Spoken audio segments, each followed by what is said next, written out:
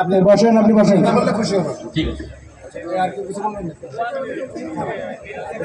আসসালামু আলাইকুম। শৃঙ্খলার অবস্থা আলহামদুলিল্লাহ অনেক উন্নয়ন হবে আলহামদুলিল্লাহ। Thank you. ওখানে দুই পক্ষ, একটা হলো গোড়ার পক্ষ, একটা হলো আগার পক্ষ। ওখানে এই আমি জন্মসূত্র লগ্ন থেকে যে আমাদের এলাকায় সবসময়ের জন্য আর কি গ্যামজাম তাণ্ডব সবসময় হতেই থাকে।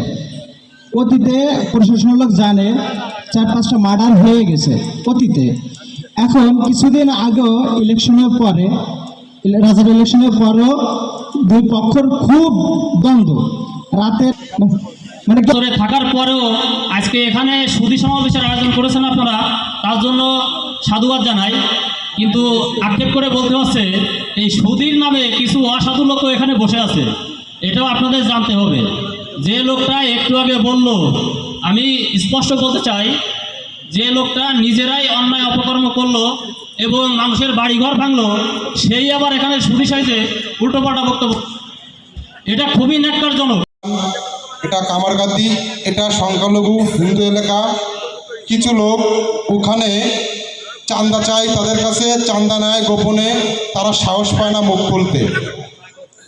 আমি আপনাদের কাছে এতটুকু আকুল ভাবে আবেদন জানাবো, আপনারা চিম্পিলে পোশাকে যদি ওদিকে দেখা গেল যে আমরা বিকেলবেলা খাওয়া দাওয়া করে আমাদের এই গ্রামের লোক ওই গ্রামে যে আড্ডা দিয়ে আমরা সংখ্যালঘুদের পরে অত্যাচার করি, তাই আমি আমাদের কাছে একটা আবেদন করতে পারবে।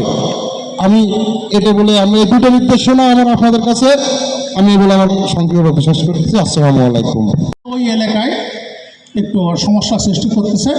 যদি একটু আরেকটু অ্যাক্টিভ হয়, যদি আপনারা আরেকটু অ্যাক্টিভ হলে ওই চোরগুলো ধরতে পারলে আমার মনে হয় আমাদের ইউনিয়নে আর কোনো সমস্যা নেই। কালিয়া নড়াইলির পাশে এইটা আছে গাজী পরিবার, ওই শেখ পরিবার, এরা ওই পাশের লোক, নড়াইলির লোক, কিছু লোক এদের আমাদের এখানে আসে। মেন ঘটনা হচ্ছে কি, আমাদের এই পাশে কিছু নড়াইলি সন্ত্রাসী এরা আসে আমাদের এই গাজীরহাট ইউনিয়নে ঢুকে এই চাঁদাবাজি, চুরি আর না জানি। এই জাতীয় কোনো অভিযোগ আছে? এই জাতীয় কোনো ঘটনা ইনফরমেশন আছে আপনার কাছে? আছে কি না? সুনির্দিষ্ট নাই। আর সুনির্দিষ্ট নাই, তাহলে আর এনে কথা বলার দরকার নাই। আচ্ছা, ধরেন যে কিন্তু স্যার চলে যে এগুলো আমরা বারবার ধরেন। প্রথমত সমাজে বহু কিছুই চলে। আপনি প্রথমে দেখতে হবে সবগুলো এগুলো শতভাগ যে বন্ধ করে, এটা একমাত্র আল্লাহ তাআলা ছাড়া কোনো মানুষের পক্ষে সম্ভব না। এটা যতক্ষণ আপনি ধরেন খুব ভালো লোক, আপনি বিশাল মাওলানা লোক, রাতের বেলা যায় ভাবির সাথে যা খারাপ ব্যবহার করেন, আপনি অনেক ঠকাবে কে? প্রথম বিষয় হচ্ছে যে আমার পুলিশ ইনভলভ কিনা, একটু অনুরোধ করবো, যেহেতু রোজার দিন, প্রথম হচ্ছে গিবট টিবট এগুলো আমরা না আগে, কিন্তু এটা সত্য হলে কোনো সমস্যা নাই। বিং ডিআইজি হিসাবে আপনি যদি আমার দিঘলিয়া পুলিশ অথবা আমার আন্ডার কমান্ড বা ফাঁড়ি কোনো অফিসার, ইভেন অফিসার ইনচার্জ, যদি আপনার কাছে কোনো প্রমাণ থাকে মাদকের সাথে আমার অফিসার কম্প্রোমাইজ করে, কোনো আনফেয়ার মিন্সের সাথে জড়াই আছে, কোনো ফিনান্সিয়াল ক্রাইম করে, সেটা আমার কনস্টেবল হোক, আমার সাব ইন্সপেক্টর হোক, এএসআই হোক, আমি হই, আমার এসপি হই, এরকম কোনো কিছু আছে? না থাকলে দরকার নেই। আচ্ছা ভাই, আমি একটু গাজীরহাটের লোকজন শুনলাম, গাজীরহাট ইউনিয়নে কেউ আছেন নাকি? গাজীরহাট এই যারা বক্স আছে না, হ্যাঁ, এই বক্সের মধ্যে আল্লাহরের সাক্ষী রাইখা ওই বক্সের মধ্যে ফেলে রেখে যান, দেখি তো কে ইনফরমেশন লিক করে। এই বক্স আমি নিয়ে যাবো, কারণ আপনি লিখবেন, লিখে দিয়ে যাবেন, আমাকে দিয়ে যান, দেখি আপনার কোনো ইনফরমেশন লিক হবে না। দেবেন নাকি? ইনশাআল্লাহ দেবেন না? দিয়ে যান, এখনই দিয়ে যান, শুনি। এই গাজীরহাটের কে আছেন ভাই? সংখ্যালঘুদের জমি দখল, চাঁদাবাজি, গরু ডাকাতি,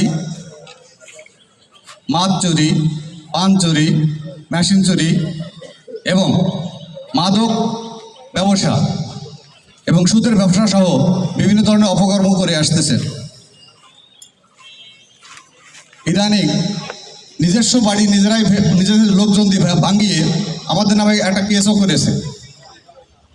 এই ধরনের অপরাধমূলক এবং হয়রানিমূলক আসামিরা আছে, তাদের মতো 3জনকে গ্রেফতার করেছে, 2জনকে রিমান্ড, 3 দিনের রিমান্ড মঞ্জুর করেছে, কিন্তু তাদের থেকে কোনো তাদের থেকে কোনো তথ্য সংগ্রহ করতে পারিনি। এদের কোর্টে প্রেরণ করা হয়েছে, তাদের থেকে কোনো তথ্য পাইনি। আমি আমার এই যে 4টা সন্তান নিয়ে, আমার 4টা এই যে 3 সন্তান, এদের মুখের দিকে তাকিয়ে আমি আপনাদের কাছে অনুরোধ করতেছি, আমার স্বামী চিহ্নিত আসামি এবং এর পরিকল্পনাকারীদের ফাঁসি চাই, দ্রুত বিচার আইনে এদের ফাঁসি চাই, এদের মৃত্যুদণ্ড আমি দাবি করতেছি। আমার এই 4টা 3 সন্তানের দিকে তাকিয়ে আপনারা দ্রুত বিচার আইনে বিচার করেন। পরিকল্পনাকারীর নামটা বলে দেন। নাম বলেন যদি পারেন। পরিকল্পনাকারীর নাম বলেন। এদের ভিতর আছে অনেক পরিকল্পনাকারী আছে, এদের হাত আছে অনেক। আপনি কি নাম জানেন? আমি নাম জানি, কিছু কিছু নাম শুনছি। আসলে কি, আমি তো মহিলা মানুষ, আমি তো বাইরে বাইরে চলাফেরা করি না, আমি ঘরের ভিতর থাকি। তারপরেও আমার স্বামী মারা যাওয়ার পরে যে এর ভিতর আছে গাজী ফ্যামিলির কিছু লোক আছে, এর ভিতর গাজী পরিবারের লোক আছে। কোন এলাকার গাজী? এই যে চন্দন মহলের কাছে। হ্যাঁ, চন্দন নাম জানেন?